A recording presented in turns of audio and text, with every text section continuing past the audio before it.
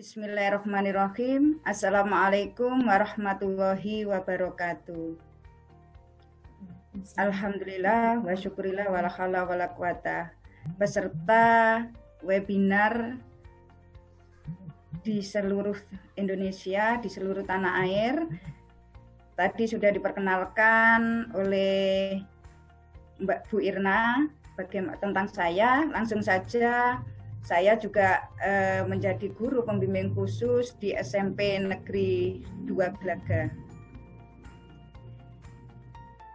Peserta webinar, Bapak Ibu yang saya hormati, ini adalah sebagian dari peserta didik berkebutuhan khusus di sekolah kami. Kami memiliki moto, semua anak adalah mutiara, akan menjadi indah jika diasah sepenuh jiwa. Ini adalah berbagai kegiatan anak-anak kami untuk mengasah mereka menjadi semakin indah. Di Kabupaten Banyuwangi kebetulan sudah dideklarasikan tahun 2014 itu menjadi kabupaten inklusif. Ada berbagai kegiatan untuk mengeksplor anak-anak berkebutuhan khusus.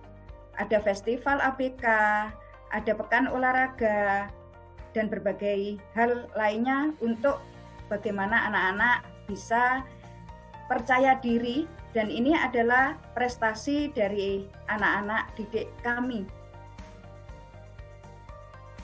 Bapak Ibu yang saya hormati, agar kita mempunyai konsep yang sama, saya petik dari Permendiknas nomor 70 tahun 2009, penerapan pendidikan untuk semua itu adalah pendidikan inklusif, di mana memberikan kesempatan yang seluas-luasnya kepada semua peserta didik yang memiliki kelainan fisik, emosional, mental, dan sosial, atau memiliki potensi kecerdasan dan atau bakat istimewa untuk memperoleh pendidikan bermutu sesuai dengan kebutuhan dan kemampuannya. Bagaimana hakikatnya pembelajaran di sekolah inklusif? Secara umum, yang pertama adalah pemenuhan pembelajaran berkualitas pada semua peserta. Di sekolah reguler ada anak-anak dalam tanda petik normal dan ada peserta didik berkebutuhan khusus. Semuanya memiliki hak untuk mendapatkan pembelajaran berkualitas. Yang kedua, pelayanan pembelajaran sesuai dengan kebutuhan dan kemampuannya. Karena anak didik kami yang berkebutuhan khusus ada berbagai ketunaan yang akan kita bahas di belakang nanti, dan itu harus diberikan pelayanan pembelajaran sesuai kebutuhan dan kemampuannya. Dan yang ketiga, pembelajaran yang menghargai keanekaragaman dan tidak diskriminatif bagi semua peserta didik. Layanan siswa inklusi pada masa pandemi COVID. Kita tahu ketika bulan Maret sudah keluar SE, kebijakan Mendikbud nomor 4 2020, di mana ditindaklanjuti dari SE Dinas Pendidikan setempat bahwa anak-anak seluruh siswa harus belajar di rumah. Kebijakan Mendikbud ini menjadi dasar bagi pelayanan belajar di rumah dengan pembelajaran jarak jauh. Kita tahu kondisi pandemi COVID sampai saat ini pun masih belum berakhir, dan di daerah kami pula belum menunjukkan zona hijau, sehingga pembelajaran jarak jauh menjadi pilihan. Pembelajaran jarak jauh itu pun harus memberikan layanan kepada peserta didik berkebutuhan khusus di sekolah reguler tanpa kecuali. Jadi tidak hanya anak-anak yang dalam tanda petik normal saja, tetapi juga anak-anak kita yang berkebutuhan khusus. Tidak hanya sekedar pembelajaran, tetapi memberikan pembelajaran yang bermakna. Bagaimana tantangannya? Pelayanan pembelajaran jarak jauh siswa inklusi. Bapak, Ibu, peserta webinar yang saya hormati, di sekolah kami ada 15 peserta didik berkebutuhan khusus. Tentu ini menjadi jumlah yang cukup besar di sebuah sekolah reguler. Kita tahu bahwa memang secara nasional kebutuhan guru pembimbing khusus itu memang kurang. Data terakhir yang kami dapat dari sosialisasi kemarin, 82% secara nasional belum tercukupi dan akan diupayakan 5.000 GPK seluruh Indonesia. Dan itu pun dari 15 PDBK berbagai jenis ketunaan. Ada ADHD, ada tunalaras, dan sebagian besar adalah slow learner. Tentu tiap PDBK, peserta didik berkebutuhan khusus, membutuhkan layanan khusus sesuai dengan hambatannya. Pada masa pandemi COVID, tentu tidak bisa dengan tatap muka. Ini menjadi tantangan tersendiri, karena untuk anak-anak normal saja, ketika pembelajaran jarak jauh banyak sekali tantangannya. Apalagi untuk anak-anak berkebutuhan khusus. Pelayanan pembelajaran juga kami laksanakan secara daring maupun luring. Tentu ada kendala, yaitu komunikasi penyampaian pesan pembelajaran pada PDBK. Yang kedua, kendala media, Android maupun laptop yang dimiliki. Terutama kendala jaringan karena ada daerah dari lingkungan PDBK yang memang blank, jadi tidak ada sinyal. Kemudian tantangan yang berikutnya adalah ketika pembelajaran ini tentu harus pelibatan orang tua secara maksimal. Bagaimana pendampingannya, bagaimana komunikasi dengan orang tua menjadi tantangan tersendiri. Karena kemampuan pendamping atau orang tua atau orang dewasa di sekitar PDBK ini berbeda-beda kemampuan. Pemahaman tujuan dan proses itu juga berbeda-beda masing-masing wali murid atau orang tua siswa. Kendala media komunikasi antara GPK, guru pembimbing khusus, dengan orang tua juga menjadi tantangan. Pembelajaran pada siswa inklusi tentu butuh penyesuaian kurikulum. Pertama, disesuaikan dengan situasi pandemi COVID-19 sesuai dengan SE nomor 4 tahun 2020, di mana tidak perlu menuntaskan seluruh capaian kurikulum, fokus pada pelayanan kecakapan hidup atau life skill, dan aktivitas tugas pembelajaran, belajar di rumah, bervariasi antar siswa. Tidak hanya kendala disesuaikan dengan situasi pandemi COVID, tetapi bagi anak-anak berkebutuhan khusus masih harus disesuaikan dengan kondisi hambatan, kebutuhan, dan kemampuan. Oleh karena itu, bagaimana penyesuaian kurikulum ini perlu disusun RPP modifikasi.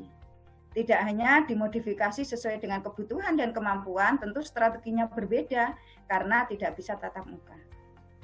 Yang kedua, bagaimana menyusun PPI, program pembelajaran individual, karena ada 15 PDBK. Pelaksanaan pembelajaran jarak jauh yang bermakna bagi PDBK, baik daring maupun luring, ini menjadi hambatan untuk masing-masing PDBK. Modifikasi rencana pembelajaran bagi siswa inklusi di masa pandemi COVID-19, yang pertama, memilih kompetensi pembelajaran yang esensial saja yang ingin dicapai untuk diberikan kepada anak, tidak memaksakan seluruh kompetensi. Yang kedua, mengubah orientasi pembelajaran bukan fokus pada pengetahuan knowledge-nya, tetapi pada life skill dan karakter peserta didik. Yang ketiga, menyesuaikan tujuan, materi, proses, strategi, dan metode, dan evaluasi sesuai dengan kondisi hambatan peserta didik. Kemudian yang keempat, memilih media yang kontekstual, konkret dan mudah didapat, berada dekat dengan lingkungan peserta didik dan aman. Jadi bagaimana pembelajaran daring dan luring itu menggunakan media yang ada di sekitar anak. Tentu yang penting adalah memilih materi topik pembelajaran disesuaikan dengan kondisi pandemi COVID. Ini sesuai dengan SE. Dan yang terakhir adalah menyesuaikan dengan kondisi lingkungan belajar peserta didik. Ada anak didik yang berada di lingkungan keluarga yang medianya tercukupi, ada yang kurang, ada yang sinyalnya memenuhi, ada juga yang blank. Kemudian pembelajaran jarak jauh yang bermakna bagi siswa inklusi atau siswa PDBK di sekolah reguler. Tentu pembelajaran berkualitas ini adalah hak PDBK. Tidak hanya sekedar pembelajaran, tapi pembelajaran yang bermakna. Pembelajaran bermakna bermaksud mendapatkan tambahan kompetensi baru, informasi, wawasan, pengetahuan, keterampilan, atau sikap baru. Yang kedua, bagaimana pembelajaran jarak jauh itu membangkitkan motivasi, rasa senang, dan aktivitas yang tinggi. Kemudian selanjutnya, bagaimana pembelajaran jarak jauh itu menjadi bermakna ketika muatan materi itu penting bagi peserta didik. Kemudian hasil pembelajaran bermanfaat bagi kebutuhan peserta didik saat ini dan masa depan. Dan yang paling penting, bagaimana membangkitkan kemandirian dan peserta didik. Ini adalah contoh-contoh materi pembelajaran bermakna bagi anak inklusi di masa pandemi COVID. Bagaimana activity daily living, kegiatan aktivitas sehari-hari, kegiatan membantu orang tua, menyapu, mencuci piring, mencuci baju, masak, kegiatan ibadah sehari-hari, menerapkan etika dan sopan santun, bagaimana mengungkap bercerita dan mendongeng, permainan tradisional dan olahraga sederhana, pemanfaatan uang, bagaimana anak diajari untuk menabung, bersedekah, mungkin jual beli, kemudian membuat keterampilan, kecakapan hidup, bagaimana membuat masker mungkin. Jadi eksplorasi potensi. Jadi anak-anak walaupun di masa pandemi COVID tetap dieksplor potensinya. Yang menyanyi, pantomin, dia mengirimkan video, puisi, melukis, hasil lukisannya dikirim, dan kegiatan gamelan. Dan ini adalah contoh aktivitas pembelajaran jarak jauh daring pada siswa inklusi di masa pandemi COVID. Ini hanya sekedar contoh yang salah satu yang kami terapkan, yaitu modifikasi materi dan strategi. Ketika materi, tentu di sini kami berikan pembanding untuk anak-anak normal dan untuk anak-anak berkebutuhan khusus. Kebetulan ini untuk anak kami yang ADHD. Strateginya tentu berbeda karena strategi yang kami gunakan di sini tentu daring, tapi ada tugas mandiri yang dikerjakan anak-anak yang kami pandu dan didampingi orang tua. Yang kedua, jadi menginformasikan pada PDBK dan orang tua tentang jadwal kegiatan belajar. Untuk anak yang akan kita berikan pendampingan, ini jadwal-jadwalnya kita berikan, Bapak Ibu besok akan ketemu dengan kita untuk kegiatan belajar. Kemudian mengirimkan LK, lembar kerja aktivitas belajar, dan aktivitas itu sudah dimodifikasi menarik, mudah, dan aman. Kemudian menjalin komunikasi untuk kegiatan belajar baik pada siswa maupun orang tua siswa. Sehingga step by step itu kami komunikasi dengan orang tuanya, baik dengan orang tua maupun siswa. Kemudian meminta untuk mengirimkan hasil kegiatan belajar sebagai evaluasi dari kami sejauh mana keberhasilan pembelajaran. Kemudian memberikan evaluasi proses dengan mengungkap perasaan aktivitas belajar. Kami berikan beberapa emotikon, anak memilih yang mana gitu. Jadi itu sebagai evaluasi proses. Kami ingin bahwa pembelajaran ini bermakna adalah menyenangkan. Kemudian memberikan reinforcement pada proses dan hasil belajar. Ketika memberikan hasil untuk nomor 1, langsung kita berikan jempol. Kita berikan kalimat-kalimat yang menyenangkan, bagus, dan sebagainya. Kemudian hasil belajar. Dan ini adalah kegiatan yang kami lakukan pembelajaran daring untuk anak adik-adik kami yang didampingi oleh orang tuanya. Kebetulan kami mengambil tema untuk kelas 9, ini untuk sesi yang terakhir saat itu di bulan Maret, ini adalah volume tabung. Di mana volume tabung bagi anak-anak reguler dengan berbagai macam rumus, pi dan sebagainya. Tapi untuk anak-anak PDPK karena saya tahu anak ini bagaimana tingkat kecerdasannya, maka sudah kami modifikasi.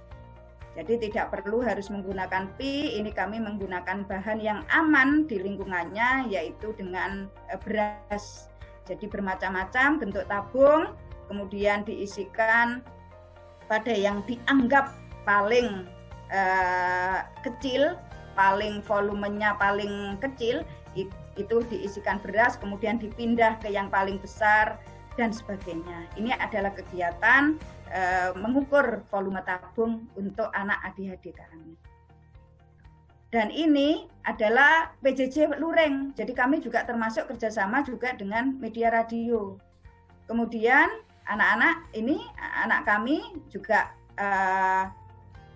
pembelajaran melalui media TV, yaitu TVRI. Kemudian melalui buku paket atau modul yang kami kirimkan, kemudian eksplorasi potensi, ini ada media yang kami sampaikan tadi untuk eksplorasi potensi anak-anak wayangnya, ada yang suka wayang karena tantrum ketika berbicara tentang wayang, dia ini asik sekali. Jadi di rumahnya memang banyak wayang. Ada lagi yang memang asik ketika melukis ini. Nah, pelibatan orang tua dalam PJJ baik luring maupun daring itu sangat penting, sangat menentukan, betul-betul sangat menentukan. Sehingga komunikasi kami ini banyak kepada orang tua, aktivitas juga banyak kepada orang tua. Kecuali memang untuk anak tunalaras yang memang secara kemampuan tidak ada hambatan, ini kami bisa komunikasi dengan siswanya, tetapi tetap ada pelibatan pada orang tuanya. Ketika orang tuanya berhalangan, ada kakaknya yang kami komunikasi. Nah, ini adalah sebagian dari kegiatan bagaimana mengeksplor sekolah inklusi dan anak-anak inklusi. Jadi ada setiap tahun itu ada semacam pameran, bagaimana hasilnya anak-anak berkebutuhan khusus itu dipamerkan, dan bagaimana sekolah-sekolah inklusi di Kabupaten Banyuwangi terus menunjukkan peningkatan dan kemajuan. Dan ini adalah hal-hal yang kami lakukan di sekolah kami. Jadi karena menjadi kabupaten inklusi, maka seluruh siswa berkebutuhan khusus ketika mendaftar di sekolah yang dituju itu wajib diterima dengan perombel itu 2 siswa. Jadi dibatasi perombel 2 siswa. Setelah itu, Dinas Pendidikan senantiasa mengadakan kegiatan asesmen, sehingga anak-anak berkebutuhan khusus itu kami daftarkan untuk mengikuti asesmen ini, sehingga di awal tahun pelajaran kami sudah mendapatkan hasil asesmen yang menjadi dasar bagi kami seterusnya, karena ini menjadi data penting untuk menyesuaikan dengan kebutuhan dan kemampuannya. Tentu ini yang terkait dengan anak-anak yang mengalami hambatan kecerdasan. Nah, anak-anak berkebutuhan khusus juga mengikuti pembelajaran reguler. Jadi oleh gurunya juga demikian, data ini juga kita sampaikan kepada guru. Namun ada tambahan-tambahan untuk pendampingan secara individual yang dilakukan oleh GBK. Sehingga secara reguler dia dengan gurunya, maka dilanjutkan dengan pembelajaran secara individual dengan guru pembimbing khusus. Kemudian life skill itu jika anak-anak yang mengalami hambatan kecerdasan, kemudian ketuntasan materinya atau materinya tidak maksimal, maka dikompen dengan life skill. Kemudian bagaimana pengembangan bakat menjadi perhatian bagi kami, karena itulah yang menjadikan anak-anak percaya diri, mandiri, dan tidak merasa infer ada di sekolah. Dan yang paling penting, kami mendampingi anak-anak kami bukan pada saat ketika anak masuk kemudian berproses, tapi ketika anak-anak akan melanjutkan ke sekolah lanjutan, itu masih ada pendampingan bagi kami. Sampai dengan anak diterima, ini terus kami komunikasi. Kemudian ketika anak sudah diterima, data yang ada pada kami, ini akan kami serahkan kepada guru pembimbing khusus yang ada di sekolah lanjutan. Kami terus berkomunikasi supaya anak-anak tetap mendapatkan pelayanan yang maksimal, sehingga kelanjutannya itu tetap bisa ditunaikan. Sehingga ada anak kami yang seperti tadi yang ADHD itu kalau tantrum begitu, diajak bicara tentang bola, kita kirim video bola, itu sudah asik. Nah, hal-hal seperti ini perlu kita sampaikan kepada guru pembimbing khusus di sekolah lanjutan atas. Jadi banyak hal-hal yang mungkin tidak bisa dibaca secara data, tambahan-tambahan informasi itu, maka itu menjadi catatan bagi kami yang kami kumpulkan dan itu penting untuk GPK di sekolah berikutnya.